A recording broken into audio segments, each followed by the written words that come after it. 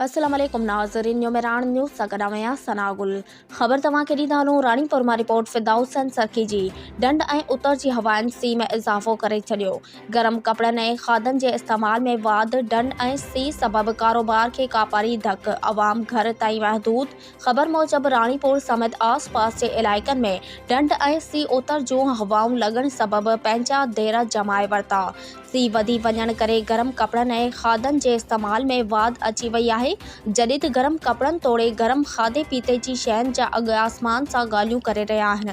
गरम कपड़ा विकिरो कंदड़ मौक़े जो भरपूर फ़ाइदो वठंदे ग़रीब माण्हुनि खे ॿिन्ही हथनि सां फुरे रहिया आहिनि। जॾहिं त रोज़ानी दिहाड़े ते मज़दूरी कंदड़ माण्हुनि जो चवणु आहे त हिकु महांगाई असांजे घरनि में फ़ाका कशी वारी सूरत हाल पैदा करे छॾी आहे। ॿियो त मौक़े परस्त मुनाफ़ा खोरनि खाधे पीते तोड़े गरम कपड़नि जा अघ ॿीणा करे छॾिया आहिनि। पंहिंजो त परे पर मासूम बचड़नि खे बि सख़्त सी खां न बचाए सघूं था। सख़्त सी सबबि बचड़ा खंघ, बुखार, ज़ुकाम समेत मुख़्तलिफ़ मर्ज़नि जे वर चढ़ियल आहिनि। जॾहिं त महांगाई ते ज़ाब्तो आणण वारा इदारा पिणु ग़ाइब आहिनि।